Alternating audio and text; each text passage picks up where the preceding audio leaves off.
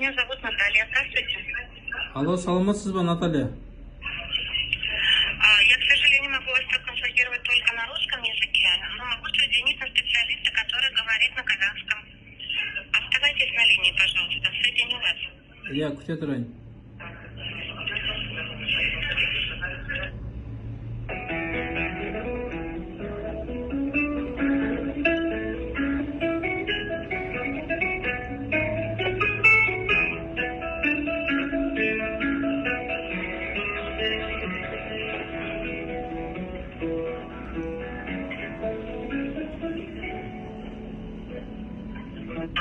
Извините, к сожалению, все сотрудники, которые разговаривают на казахском языке, заняты. Я смогу взять у вас контактную информацию, передать специалисту, и он с вами свяжется в течение 1,5 рабочих часов. Мен ана өткенде мынау... Удобно будет? Номер телефона можете продиктовать?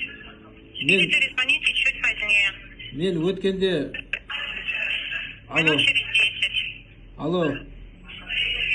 Да. Мен өткенде анау... Слышно меня? Мен өткенде анау... Перезвоните, пожалуйста, Перезвоните. Номер сейчас занят у специалистов. Қашан ол, қашан?